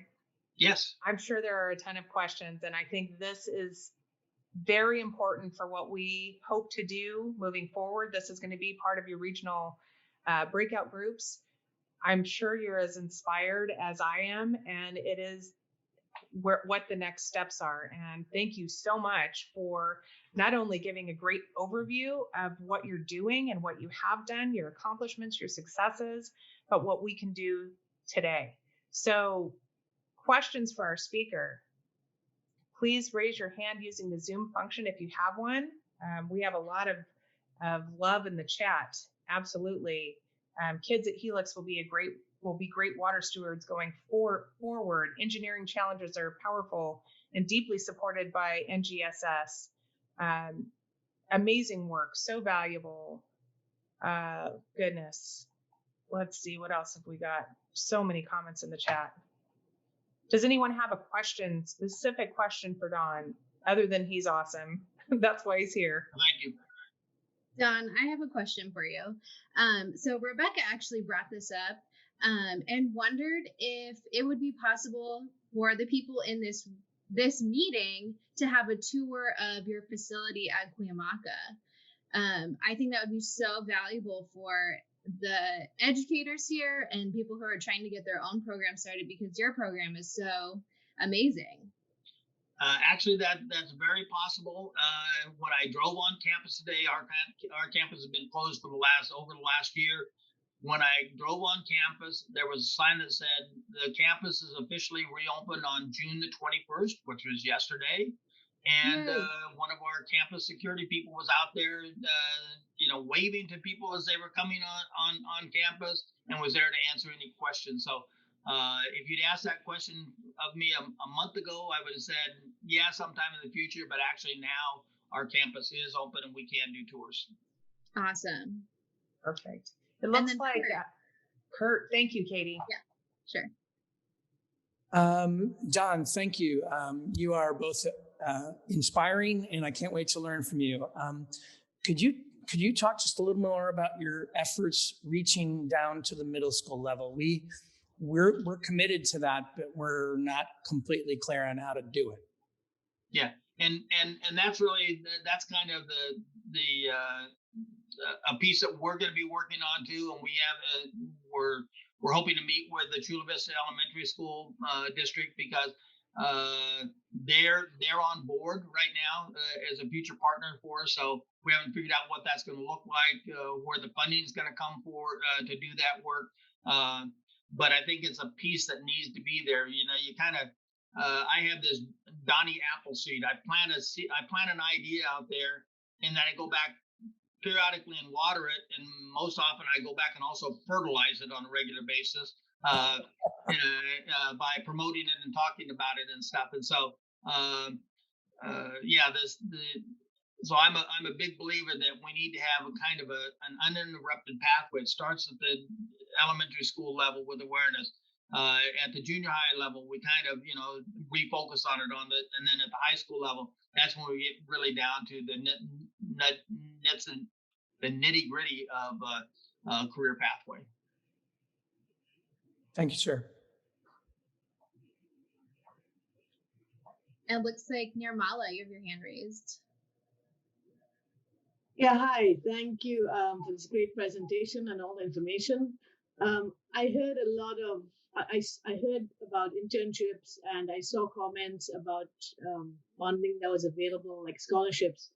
I talked to one operator who said getting an internship is not that simple, and that she was trying to get contact hours. She was a wastewater operator, and she said she needed like 2,080 hours. She said some people get hired fast, but otherwise you have to volunteer your time. And she took 10 months to get a paid internship. So if her dad had not been supporting her, it would have been impossible. So what options are there for people like that when you're not, you're going for interviews, you're getting experience, but you don't have a paid internship? Well, I think there's a couple different ways to look at that. One is that there are a number of internships already out there, both at the community college level and a number of the agencies I know, both MET and LA Water and Power, both have internship programs available and do that extensively. I think the place to lobby is your local water or wastewater agency to explain to them, that it's really important and everything else. Because unless you have a regional one like we do, ours has been around since 2006. And so, and it's fully paid and is very well supported. In fact, we had a number of agencies that weren't able to continue to do internships during the pandemic, and so they withdrew. And so just last week I had the general manager who serves as the chairperson of our workforce development committee send out a message to all of the fellow GMs saying, hey, this is one of our core values and our goals of our workforce development task force is to expand and strengthen the internship program. How come only 8 of the 20 agencies are currently offering internships? You guys need to get back into the program. And so it really has to come from the agencies. And by the way, sometimes, how can I gracefully say this? If you go to the administration of agencies, you're probably going to be talking to somebody. If you're talking to a general manager or an AGM, they're probably going to be an engineer or a finance person. Go to the board. Go to the board of directors meeting. where there are elected officials who need to be responsive to the public's wishes and say, hey, would you guys consider doing an internship program? And then if you can convince the board members with your passion and the need for it, all of a sudden the general manager gets marching orders from the board, which is way more. It's easier to push a noodle downward than it is to push it upward in an industry. So one of the very first things that I do every time we get a new president of the college, I'm on my 4th president since I've been here at the college, and sometime within the first 2 to 3 weeks that they're on board, even though I'm a volunteer, I'm not paid staff, I'm a volunteer. But I will set up a meeting with the incoming president of the college and tell them about the water and wastewater program, have a whole brochure that has all of our brochures and a portfolio and all the rest of stuff, explain to them how it's critical to the whole industry. And so my board president went with me to the board meetings of all of the water agencies in our service area, 7 different agencies, and made presentations to their boards about what we were doing, the Center for Water Studies, why we were doing it, and saying, we want to be your partner. So think of us, make sure we have interns, operations, make sure that we have guest speakers, make sure we have tours, and we'll make sure that we have trained personnel to be your future employees. So that's what I say. We have a real strong connection with industry here at the college in our program. Thanks a lot for that, Don. We actually have several hands raised in the chat, but we're running a little bit behind. So would you be agreeable to having questions posed to you after this meeting that maybe you'd be able to answer for us and we could share with others? Absolutely. And awesome. Here's my contact information. Wonderful. The time for one last question, if you don't mind. Is there a graduates interns program or a GIP? A what now? GIP, Graduate Interns Program. None that I know of in San Diego, although some of the agencies, I know Helix Water District, again, to single them out, they normally have a public affairs intern and an engineering intern where they're looking for upper division 4-year school interns. So yes, there are some out there, but again, it's going to be agency by agency. Perfect. That might be a useful thing for Katie to look at, is to survey agencies in your service areas and find out if any of them have existing internship programs. Yeah, absolutely. Okay, we did run over just a little bit. Such great information, so much excitement in the chat. I'm really excited about this, really grateful, Dawn, that you came to speak to our group today, and hope that we can stay connected, and perhaps you'll continue to come to our regional leadership roundtable meetings. I plan to. A wealth of knowledge, and we can really learn a lot from you. So we'll go ahead and get started with our next segment, which is good news and announcements. And we're going to continue adding these segments so that we can see and share with others in just a brief few minutes what everyone's up to. So we're going to start today with Metropolitan Water District of Southern California and Allison Loki and Associates and our educator workshops. Hey, everybody. I think in my chat, I said I had complete confidence in the people in this room, and I think now you know why. Quick story. I first met Don Jones maybe in 2018 when I was working with Tony, his colleague at the Cuyamaca College Economics Center. And we were developing a water economics curriculum. And that same year, I bumped into Allison at one of these types of meetings. And she said, oh, God, I'm working on a career technical education curriculum. I just don't have anything on economics. And, you know, you put 2 and 2 together, and we end up with creating a really wonderful career technical education curriculum driven by Allison, piloted by Juanita Chan. And that's what we're going to share with you today. I'm going to put the link to the curriculum in the chat. These are very comprehensive classes. These last semester long. And so I'm going to turn it over, but encourage everyone to continue these conversations and continue these meetings, because you never know what blossoms from them. Good to see you, everybody. So thank you for having me today. Thank you, Adrian, for that wonderful introduction. So, you know, I'm a long-term water person, and I started out in education. That was always really valuable to me. In fact, Dawn and I had actually spoken before COVID broke out, and I was supposed to go down to Cuyamaca and tour through there. So I'm looking forward to that too. So we have been working on this curriculum that has been A through G approved, and there are two different focus areas. There's a focus area of science-based courses and then CTE courses. So we ended up with a full slew of basically 7 classes that center on water. But it's very difficult to get a class through the board process and get a full-fledged class inside for a semester or year-long class. So talking to Adrian, we decided, well, what could we do now? And what we decided is we could provide 2 workshops that help bridge that gap between teachers and the water industry. Teachers are very busy, as we all know, and they don't necessarily have the background to teach anything about water besides what they got in college themselves. So we came up with 2 workshops, which you can see there. One is solving water problems, and that is geared to help teachers in biology, chemistry, and physics. And then there's Get in the Water, which focuses strictly on CTE. There are 2 separate workshops, and they're going to be facilitated by myself, Juanita Chan, who most of you know, and then Dr. Steele, who was actually working in the county of San Bernardino at the time that these classes were developed. So I'm here to ask your participation to help that you get this information out to your teachers. We've limited them to 30 teachers each day. They're relatively short, between 9 and 1 o'clock. And because we weren't sure about COVID at the time, they are going to be in online format. Teachers who participate for the full day will get an appreciation gift, which is basically a goodie bag, and then a participation incentive, which is $50 for them to join us that day and learn about teaching water. It's going to be, each different workshop is standalone.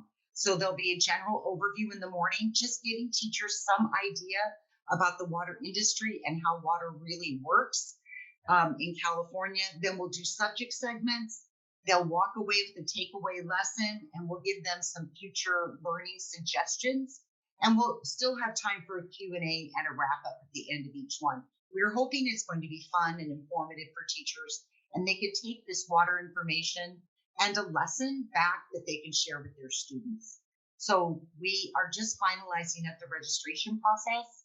And I think Katie's going to put my email in the chat in case you have any questions at a later time, but I'm willing to take questions now as well. Are there any questions for Allison or Adrian? Silence. Okay. I think it's because we hit the nail on the head. We did. Thank you so much. I appreciate it. Okay. Is there feedback now? I unclicked the button. We're good? Perfect. Okay, so next up, we have Dale Marsden and Zachary Hill with Tomorrow's Talent. Dale looks poised and ready. Thanks so much. Appreciate it. This has been just a fantastic overview. Dawn, I wish we could clone you and put you across the entire state. We're very excited, thanks to our partnership with Big Picture Learning. We just completed during COVID the first ever high school student internship experience with East Valley Water Districts. Our students participated, our first cohort during COVID, in a paid internship experience at East Valley Water District. The second cohort's teed up to engage in that experience next. And then our third cohort's just starting classes when they kick up here soon. So students had dozens of virtual interactions with us and East Valley Water District, teeing them up for this experience. So excited to see such a motivated employer, and excited now to take what has been a pilot to scale through other water agencies as we develop these relationships. The one area I wanted to mention that we're very excited about is Tomorrow's Talent, along with the Launch Apprenticeship Network, are co-leading the governor's launch of the Inland Empire Cybersecurity Apprenticeship Initiative. And we're starting our first cybersecurity internship experiences for high school students with East Valley Water District. So now we're marrying water and cyber. We all know how desperately needed that is in every industry, but especially in water, where our nation's resources are scarce enough as they are and don't need to be threatened. So excited about that, excited to be a part of WEEA to learn more. We welcome further conversations with any of you. We want more students. Our vision at Tomorrow's Talent is 1 million students engaged in work-based learning experiences. That's a pretty audacious number, but we think with motivated industry partners such as yourselves, motivated education leaders, we just have to build the bridge. As you see behind Zach, that's the bridge we're wanting to build. And with your help, we can do it. So thank you so much for giving us a few minutes to say something, and it's such a pleasure to be part of this with you. Thank you, Dale. An amazing update, and that's what this section really is for. Are there any questions for Dale? All right. Next up, we have Kurt Holland with Big Picture Learning. Kurt. So Big Picture Learning, you probably don't know much about them, but we do very innovative and cool things with high schools. We strongly believe in personalized learning, and we've been focused on the water industry. In the last few months, since Tiffany and Adrian reached out to me and asked me to be the regional lead for San Diego, I've continued to focus on the Inland Empire because that's where my work was before that. But I think my biggest good news is meeting Don today, to be honest, because I'm going to tuck in alongside him and learn as much as I can as we work going forward in San Diego. And we do have some resources in San Diego. We've recruited and gotten a partnership agreement with San Diego County Office of Education. Like Metropolitan, we're very interested in merging CTE and the NGSS science standards, and we've got real progress going on with that. We got some funding from USGS to do some water education in San Diego. We're thinking 2 to 3 workshops. I was having trouble finding a workshop site, but I think I know where I'm going to ask now. Cuyamaca is coming to mind, Don. So lots of good news. We've got the money. We've still got the expertise. Dale mentioned the success that we jointly had out in the Inland Empire. He may not know, but West Valley Water District has picked up some interns as well, along with Rialto Unified School District. So there's a whole constellation of great news going on, more than I have time to share, but reach out if you want to know that. The best thing that's happened in my last 6 months of this water-focused career is meeting Don, and I thank WEEA for that. So thank you, Tiffany, for the chance. Well, thanks for all you do, Kurt. You are quite accomplished in your own right and have done a lot for students for a very long time. And we're very grateful to have you here and also leading the regional discussions for San Diego. So thank you for that. Next up, Walter with Los Angeles Department of Water and Power. Walter. Hi, everyone. So you remember, some of you that were at the meeting in January that I mentioned, we were starting a partnership with, through the CTE program at LA Unified. And we had Raquel Stiles was helpful and Michelle Elias, and they sent me a list of a few schools, and we sent some letters out and back and forth, and we started our first sort of partnership with Fremont High School in South LA. They have a new engineering program, and we're putting these under our Adopt a School program, where we have a specific business unit, either a division or a group or a facility that works on an ongoing basis with a specific school. So I reached out to some of my colleagues, and our substation engineering group has adopted this program. And over the last month or so, they actually recruited one of their sort of sister groups to help out, where the teacher, Marisol Perez, had asked specifically about some information on hydraulics. So a couple of the engineers from our generation, station, and facilities engineering group in the same division, through the Society of Women Engineers, had already developed, which I was aware of, which we pay to help fund some hydraulic, and actually some hydraulic kit information. And so they did a demo for the students at Fremont. We also did specific 3 classes or 3 sessions for the respective classes there through NEPRIS on engineering and renewable energy with 3 engineers in the 3 disciplines, electrical, mechanical, civil. And then we've done some additional NEPRIS chats which are open locally. But we also have been expanding. So Hector mentioned Sotomayor. We've been, I attended their advisory committee meeting. They have a solar program, and I was able, 2 of our engineers from our solar engineering group actually were sitting on an interview, mock interview panel a couple of weeks ago. My hope is that I can get them to adopt the school, but they haven't made that commitment. So I'm still working on that. We're also looking at a couple other schools. One of the other schools in the east side of town, east side of the city, has a couple of STEAM programs that we're looking at.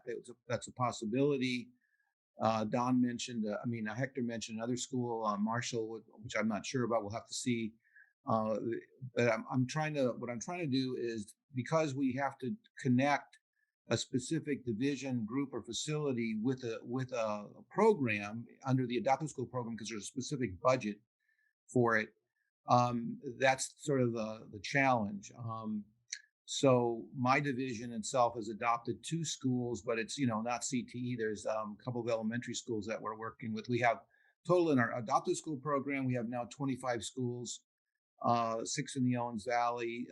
This would be 17 LA Unified, 1 charter, 1 outside. So because we have to sort of partner with specific groups within the division, I probably can't add more than maybe a couple, 2, 3 a year at the most. So I'm hoping we can get Sotomayor, and there's another one I think we'll be able to do in the East Side. Roosevelt, a possibility, because we also work with the Partnership for LA Schools, which is a nonprofit organization which sort of runs under the mayor's office. And so we have one elementary school, 99th, with them, the elementary and we're looking at possibly Roosevelt. We also have Hollenbeck, which is adopted, which is a middle school. And those engineers that did the hydraulic program for Fremont, they're actually the adopters for Hollenbeck. So we're trying to expand, and they're actually looking at the middle school. They're looking at developing they got approval to develop an engineering lab at the school, which is kind of exciting. So it's sort of working on its own that way. It's something that I didn't do, but the engineers did on their own. So anyway, the bottom line is we're making progress in terms of CTE. It's something that I'm hoping to do a little by little, and where we can get groups to do it. And then looking at basically, and we have the one engineering, looking at IT. I'd like to write something in Skillcraft, and then then we have it in our specific pathway. So that's sort of what we're looking at over the next year or 2. And like I said, at least we can see progress. And this is really due to WEEA, because I've been doing this since 1987 in terms of education, which is all a part of my job. And I didn't know much about CTE till WEEA, and Bill Andrews introduced it through CEF, the California Environmental Education Foundation, which was the founder of WEEA. So anyway, this shows sort of an example of rubber meets the road.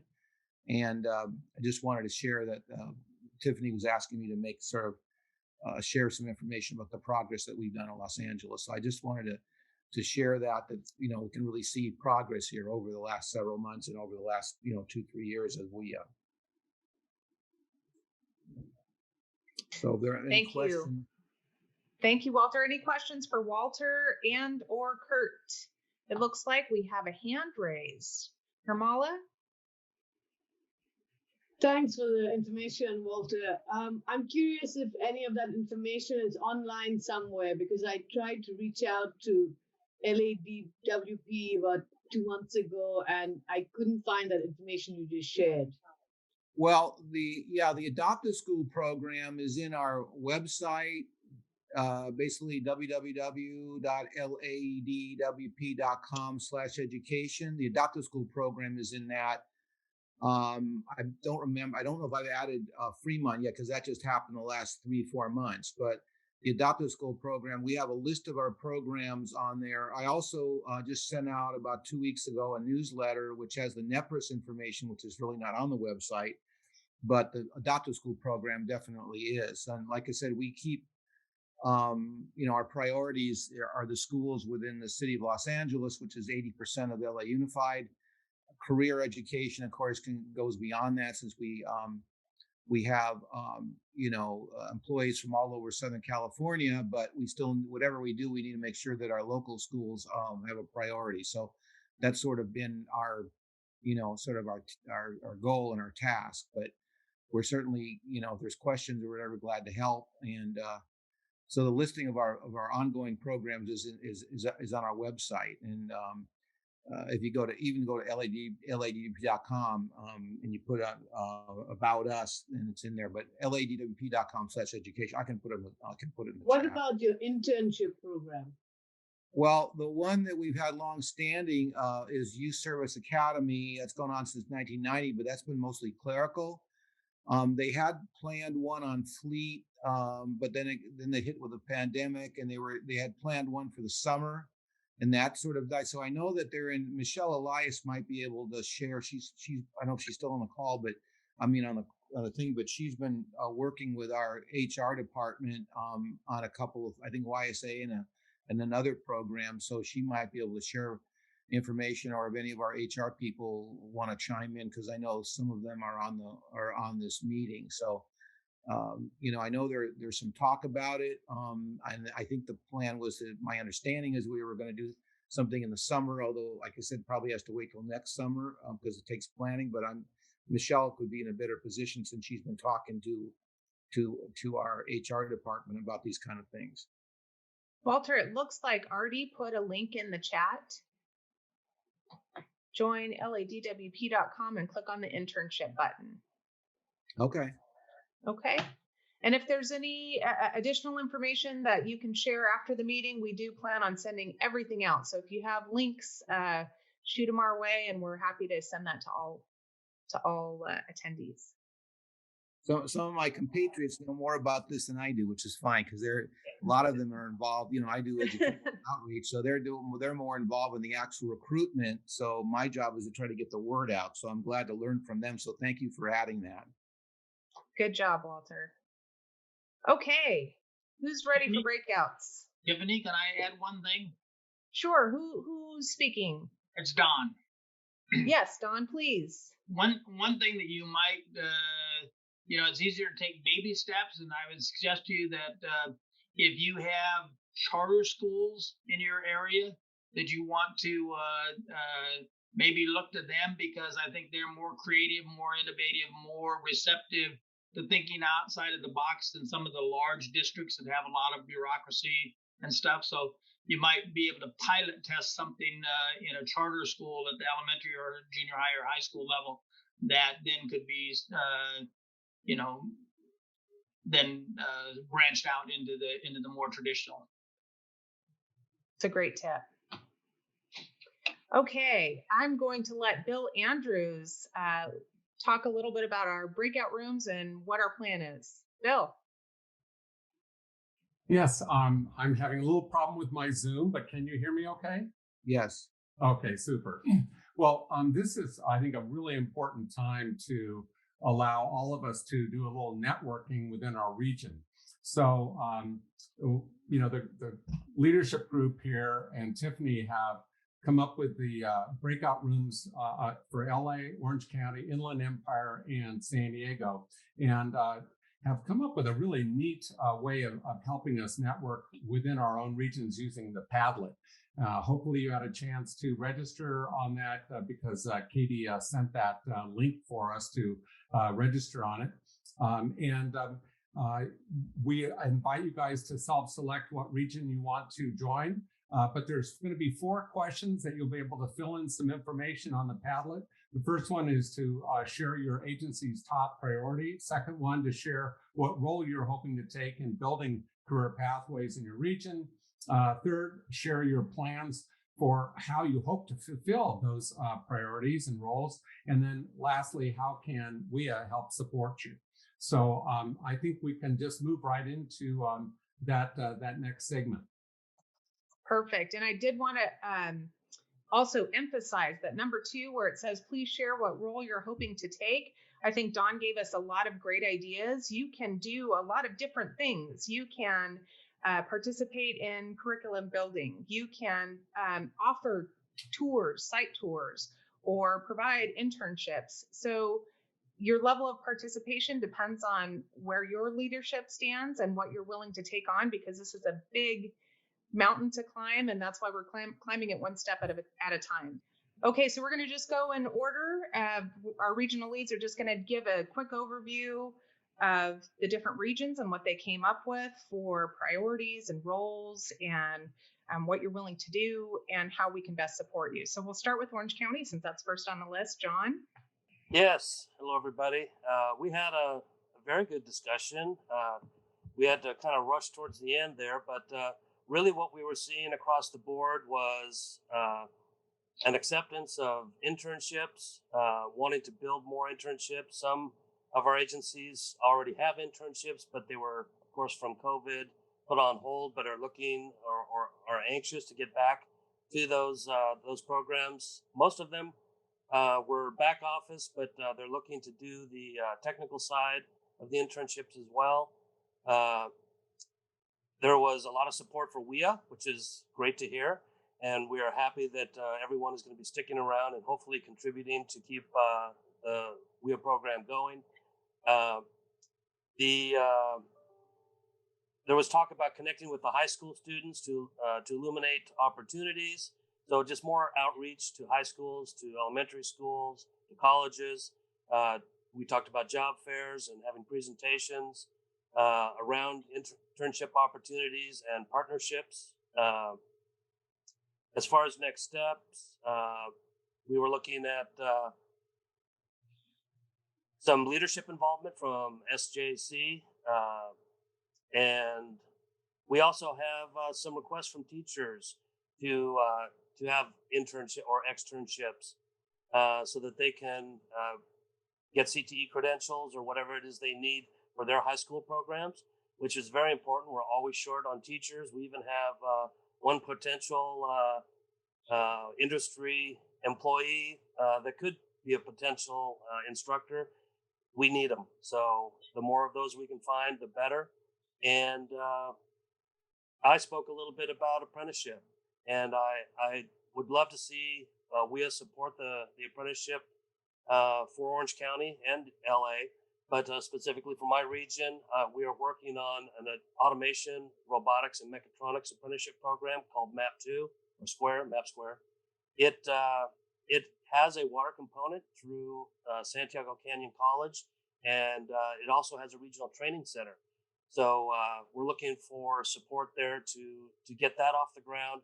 The regional training center could then be a water apprenticeship center with colleges picking up, like Saddleback and Santiago Canyon, picking up apprentices and running them through their programs for not just the technical side, but also we can even do apprenticeships for the back office side. It doesn't matter what side of the business, an apprenticeship can be designed for every occupation. Great. Thank you, John. San Diego, Kurt. There we go. So we talked, well, we were a small but mighty group. And Tiffany just confirmed that you can hear me. So I'm getting a message. Oh, sorry. Yes, I can hear you.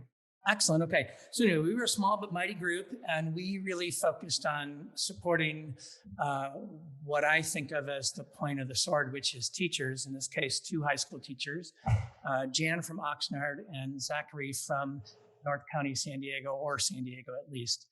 Some of the things we explored, feeling like they were important, were the engineering design process and how it can be used to explore not only water pathways, but energy pathways.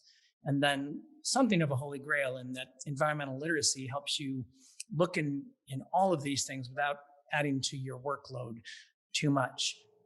The agencies that were there were very supportive in the sense that they are offering the curriculum that most of these groups have already heard about. And I'll highlight the tremendous value of the certified courses so that we can pull in traditional science teachers and CT teachers, put them in the same room.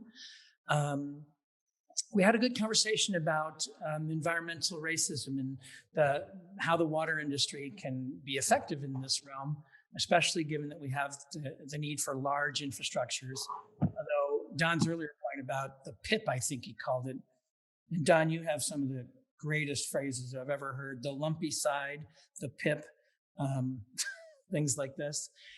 But rich conversation with lots of practical activities, and there's some next steps that came out of it where I'll go down to San Diego and convene some meetings. We're going to do some teacher training down there. Up in Oxnard with Jan, we're going to get her connected with a couple of the local groups that are doing this work in that area. So that was San Diego generally. And I don't know if I'm missing anything. If I'm missing anything, throw it out there. But I think otherwise we're ready for our partners in LA. Great. Bruce, Los Angeles. Well, we started off, first thing we put down, of course, was internships, because that was the talking point for the day. But then MLA grounded us and said, what do we really hear about? And it has to do with how are we going to increase the number of students that are in these pathways and generate excitement or enthusiasm towards this particular sector.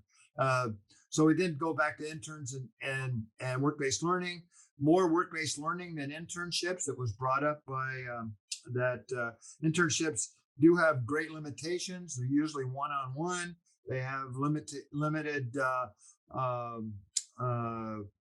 bandwidth as far as I think this was Hector, that they do have limited bandwidth within the districts where you may get 10 or out of 2,000 students in a pathway, you may be able to find 10 or 12 opportunities for formal internships, which is not conducive to moving the metrics very much.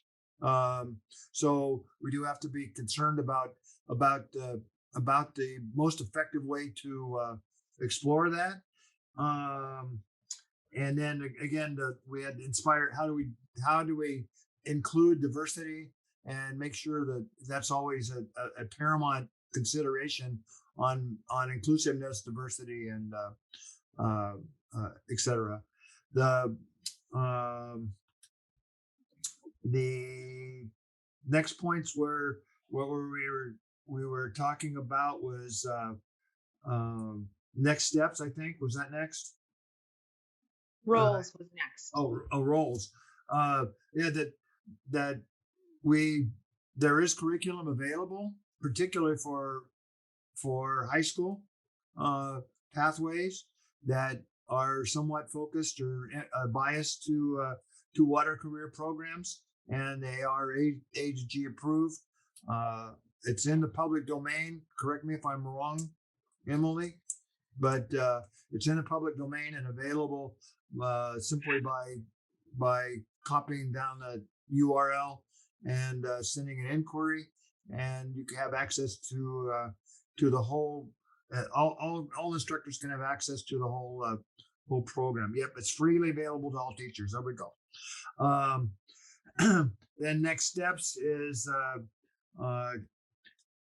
some developing a coordinated effort for outreach.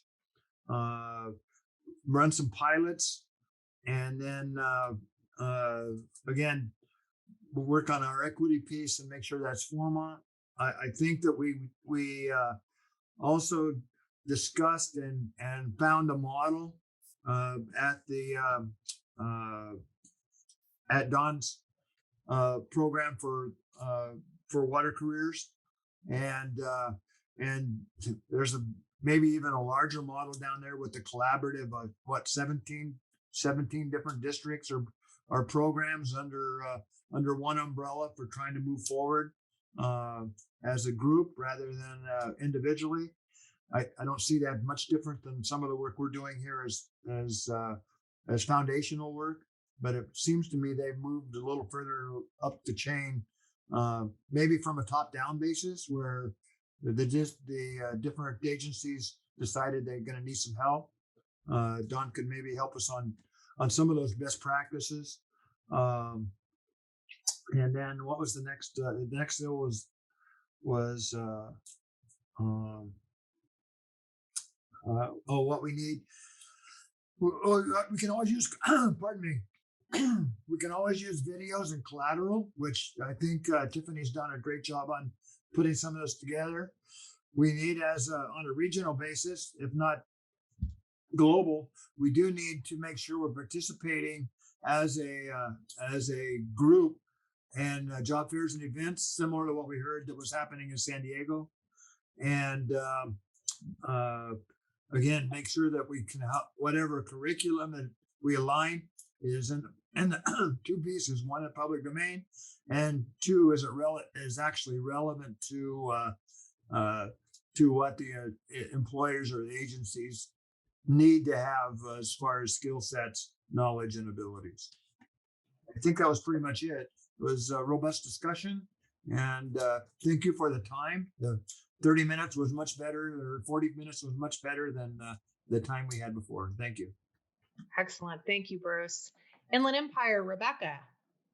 Thank you so much. I know that I'm the last thing standing between you and lunch, so I will make it quick. The Inland Empire had a really great conversation, and like my colleagues in the other regions, we talked a lot about expanding apprenticeships and internship opportunities for students. A lot of agencies are seeing increased retirements as COVID is winding down, and there's a concern about filling those positions with skilled individuals. We talked a lot about DEI, diversity, equity, and inclusion in not only hiring practices, but also organizational culture, developing your employees, providing professional development in DEI topics, and just in general, increasing the opportunities for students to participate in work-based learning as they're in their programs of study. When we talked about roles, various roles that people see themselves in is kind of like an intermediary. A lot of us are bridging that space between education and industry. A lot of our industry partners are helping to build regional CTE programs by their participation in advisory boards. And also just the development of regional collaboratives such as IE Works, which is a regional water and wastewater apprenticeship collaborative. So participating in those collaboratives to increase and leverage opportunities. And then also just doing career events and career fairs for students to expose them to pathways and career opportunities in the field. And in terms of next steps, just participating in groups like this. There was so much support for the work, Tiffany, that you and your colleagues are doing with this group, and interest in seeing it continue and gain momentum and speed. Just collaborating with agencies that do similar work to leverage resources and increase results. And just, with the students that we're working with, a couple of the agencies talked about, really integrating work experience into programs of study so that when students are graduating or they're completing their certificate or their programs, they actually have work experience to meet the minimum qualifications for the jobs that they're applying for. Because even entry-level positions, our industry are telling us they do need some work experience. And how sad is it to have an open job that a student can't qualify for because they don't have any kind of work experience whatsoever. So just putting those into your programs of study, increasing apprenticeships, and just, people noted just financial issues, hiring qualified CTE teachers at the high school level, as well as industry. A lot of industry have education programs, and even them having the funds to contribute to this overall conversation. I have a lot more detail that we went into in our group, but I outlined it all on the Padlet. So I know I don't have enough time to talk about all of it, but if you want to go back and review the Padlet, you can see in detail what we talked about in the Inland Empire group. So thank you for the opportunity. Wonderful, Rebecca, and you did a great job. But actually, I'm the one who's in between them and lunch. So, as each one of these folks have given an overview, you've been able to see a little bit about what has been transpired in the Padlet. We're going to keep Padlet open for about another day so that we can gather the information that we have offered here today, including the recording of this meeting. If you look all the way to the right-hand side, you'll see examples. So maybe you weren't sure about what examples you could provide in any of these categories. There are examples of priorities and roles and maybe some different things that we can offer to help support you. So I encourage you to go back to Padlet, take a look, register, or at least let us know who you are so we know what your specific needs are. Share this with your leadership, engage them in the conversation. That's all completely acceptable. Let's see what I've got. I've got one more thing for you guys. And that is thank you. Thank you to our 2020-21 WEEA sponsors. We hope to see you back again this next fiscal year. Metropolitan Water District of Southern California, Los Angeles Department of Water and Power, Molten Miguel Water District, Water Replenishment District of Southern California, California Environmental Education Foundation, Municipal Water District of Orange County, Big Picture Learning California Community Colleges. And thank you to all of you for joining us again. We do have a date for our next Leadership Roundtable, meeting number 9. It's October 26th. Save the date. I believe Katie's going to put a link to a save the date flyer. We plan to update it as soon as we know who our speaker is. If you have any great examples or you really want to hear from somebody specifically, please contact us and let us know. If you know of a great speaker, you know of a great topic. Obviously, women in water has been brought up multiple times. Next gen careers, what they look like, cybersecurity and those type of things. But if there's anything else that we haven't touched base or something you really want to hear about, just drop us a line. Thank you very much for joining us today. We hope to see you next time. Have a great lunch and have a great rest of your day.